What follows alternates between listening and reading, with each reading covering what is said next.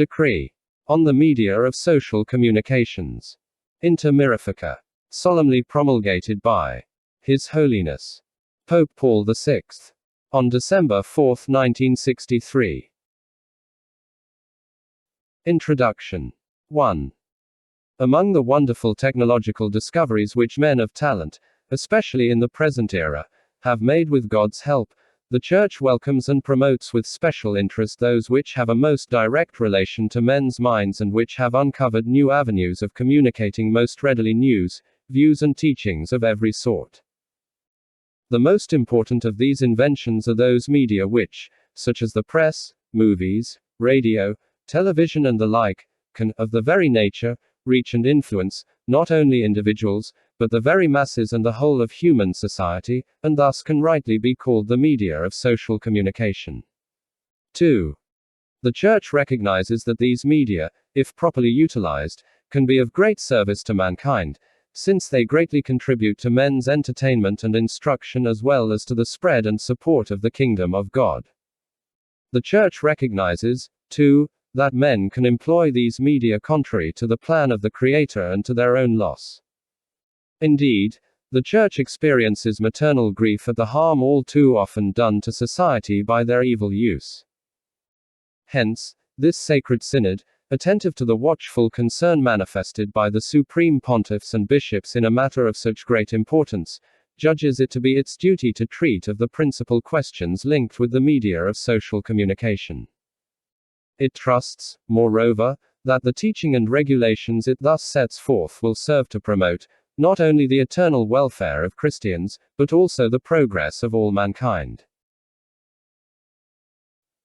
Chapter 1. On the teaching of the Church. 3. The Catholic Church, since it was founded by Christ our Lord to bear salvation to all men and thus is obliged to preach the gospel, considers it one of its duties to announce the good news of salvation also with the help of the media of social communication and to instruct men in the proper use. It is, therefore, an inherent right of the Church to have at its disposal and to employ any of these media insofar as they are necessary or useful for the instruction of Christians and all its efforts for the welfare of souls.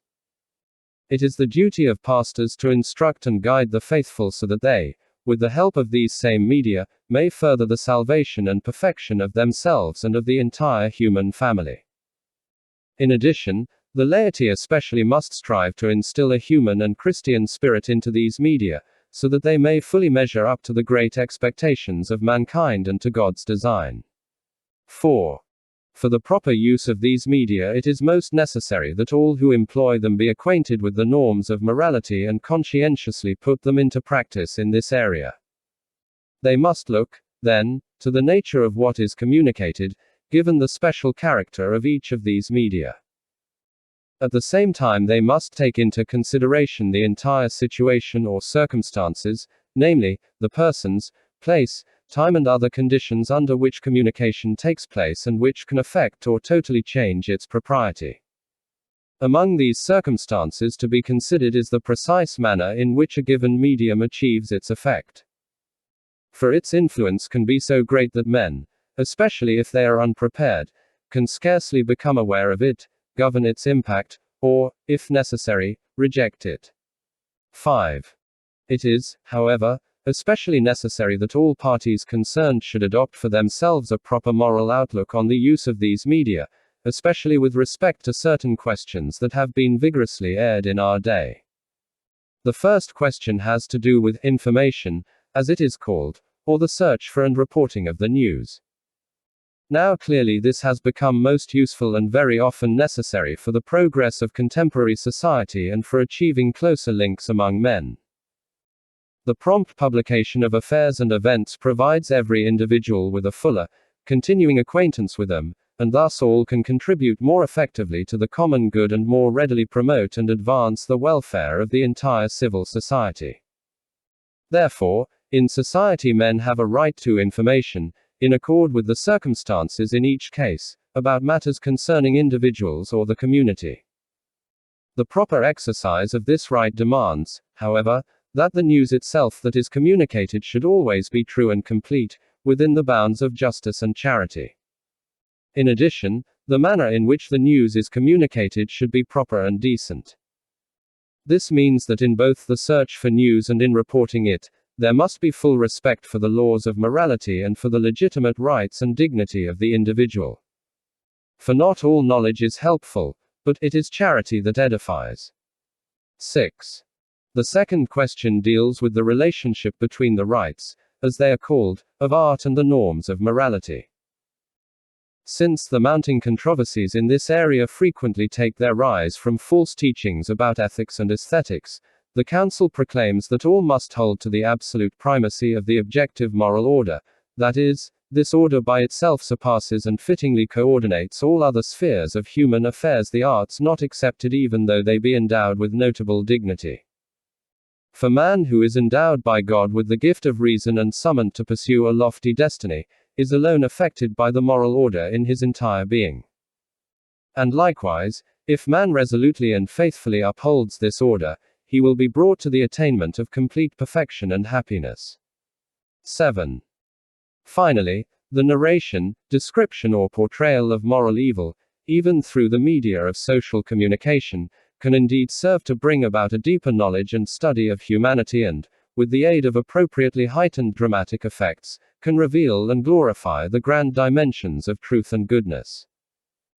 Nevertheless, such presentations ought always to be subject to moral restraint, lest they work to the harm rather than the benefit of souls, particularly when there is question of treating matters which deserve reverent handling or which, given the baneful effect of original sin in men, could quite readily arouse base desires in them. 8. Since public opinion exercises the greatest power and authority today in every sphere of life, both private and public, every member of society must fulfill the demands of justice and charity in this area. As a result, all must strive, through these media as well, to form and spread sound public opinion. 9. All who, of their own free choice, make use of these media of communications as readers, viewers or listeners have special obligations.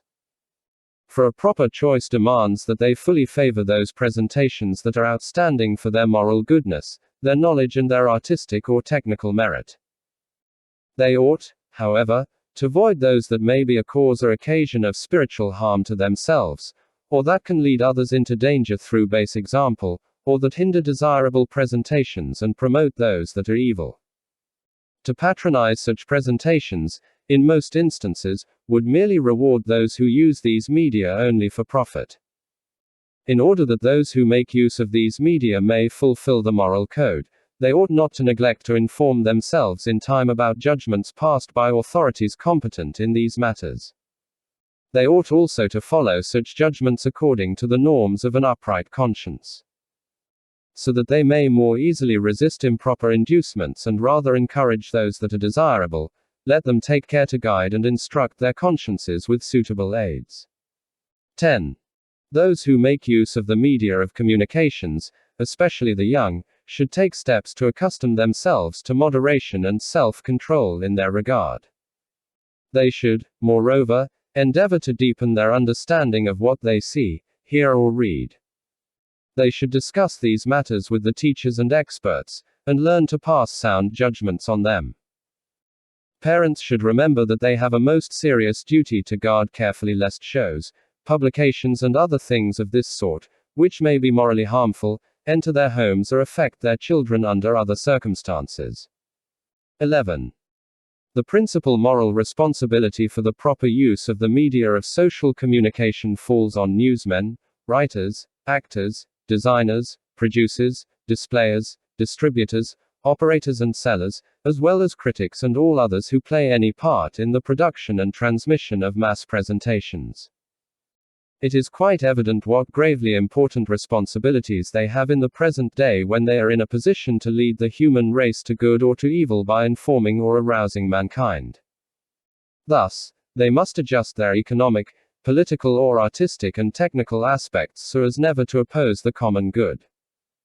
For the purpose of better achieving this goal, they are to be commended when they join professional associations, which even under a code, if necessary, of sound moral practice oblige their members to show respect for morality in the duties and tasks of their craft. They ought always to be mindful, however, that a great many of their readers and audiences are young people, who need a press and entertainment that offer them decent amusement and cultural uplift. In addition, they should see to it that communications or presentations concerning religious matters are entrusted to worthy and experienced hands and are carried out with fitting reverence. 12. The public authority, in these matters, is bound by special responsibilities in view of the common good, to which these media are ordered. The same authority has, in virtue of its office, the duty of protecting and safeguarding true and just freedom of information, a freedom that is totally necessary for the welfare of contemporary society, especially when it is a question of freedom of the press. It ought also to encourage spiritual values, culture and the fine arts and guarantee the rights of those who wish to use the media. Moreover, public authority has the duty of helping those projects which, though they are certainly most beneficial for young people, cannot otherwise be undertaken. Lastly, the same public authority, which legitimately concerns itself with the health of the citizenry, is obliged, through the promulgation and careful enforcement of laws, to exercise a fitting and careful watch lest grave damage befall public morals and the welfare of society through the base use of these media. Such vigilance in no wise restricts the freedom of individuals or groups, especially where there is a lack of adequate precaution on the part of those who are professionally engaged in using these media. Special care should be taken to safeguard young people from printed matter and performances which may be harmful at their age.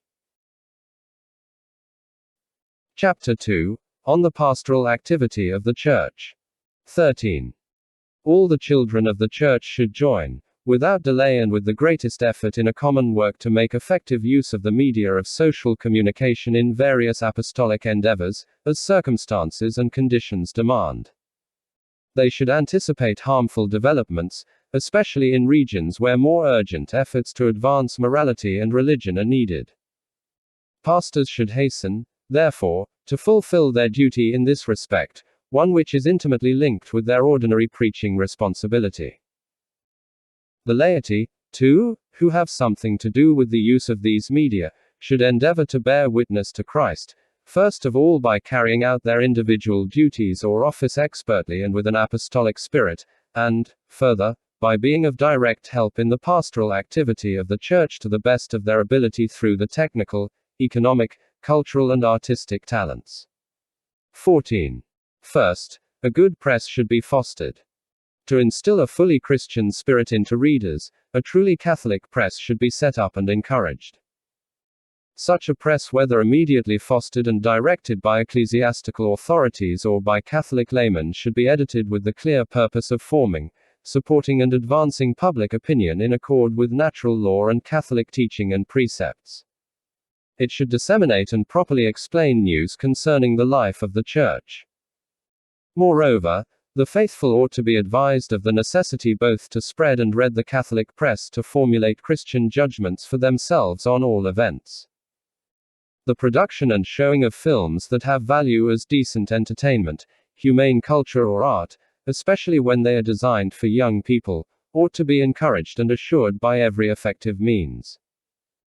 This can be done particularly by supporting and joining in projects and enterprises for the production and distribution of decent films, by encouraging worthwhile films through critical approval and awards, by patronizing or jointly sponsoring theaters operated by Catholic and responsible managers. Similarly, effective support should be given to good radio and television programs, above all those that are suitable for families. Catholic programs should be promoted, in which listeners and viewers can be brought to share in the life of the Church and learn religious truths. An effort should also be made, where it may be necessary, to set up Catholic stations. In such instances, however, care must be taken that their programs are outstanding for their standards of excellence and achievement. In addition, there should be an effort to see that the noble and ancient art of the drama, which now is diffused everywhere by the media of social communication, serves the cultural and moral betterment of audiences. 15. To provide for the needs just set forth, priests, religious and laymen who are equipped with the proper skills for adapting these media to the objectives of the apostolate should be appointed promptly. Importantly, laymen ought to be afforded technical, doctrinal and moral training. For this purpose, the number of school faculties and institutes should be increased, where newsmen, writers for screen, radio and television and all other interested parties can obtain a sound training that is imbued with the Christian spirit, especially with respect to the social teaching of the Church. Finally, care must be taken to prepare literary, film, radio, television and other critics, who will be equipped with the best skills in their own crafts and trained and encouraged to render judgments which always put moral issues in the proper light. 16. Since the proper use of the media of social communications which are available to audiences of different cultural backgrounds and ages, calls for instruction proper to their needs, programs which are suitable for the purpose especially where they are designed for young people should be encouraged, increased in numbers and organized according to Christian moral principles. This should be done in Catholic schools at every level, in seminaries and in lay apostolate groups. To speed this along, catechetical manuals should present and explain Catholic teaching and regulations on this matter. 17. It is quite unbecoming for the Church's children idly to permit the message of salvation to be thwarted or impeded by the technical delays or expenses, however vast, which are encountered by the very nature of these media. Therefore, this Sacred Synod advises them of the obligation they have to maintain and assist Catholic newspapers, periodicals and film projects, radio and television programs and stations, whose principal objective is to spread and defend the truth and foster Christian influence in human society. At the same time, the Synod earnestly invites those organizations and individuals who possess financial and technical ability to support these media freely and generously with their resources and their skills, inasmuch as they contribute to genuine culture and the apostolate. 18. Moreover, that the varied apostolates of the Church with respect to the media of social communication may be strengthened effectively, each year in every diocese of the world, by the determination of the bishops, there should be celebrated a day on which the faithful are instructed in their responsibilities in this regard. They should be invited to pray and contribute funds for this cause. Such funds are to be expended exclusively on the promotion, maintenance and development of institutes and undertakings of the Church in this area, according to the needs of the whole Catholic world. 19. In fulfilling his supreme pastoral charge with respect to the media of social communication, the Sovereign Pontiff has at hand a special office of the Holy See.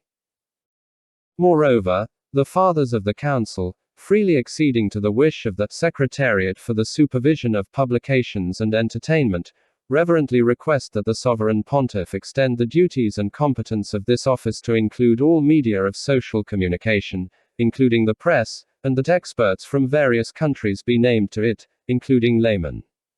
20.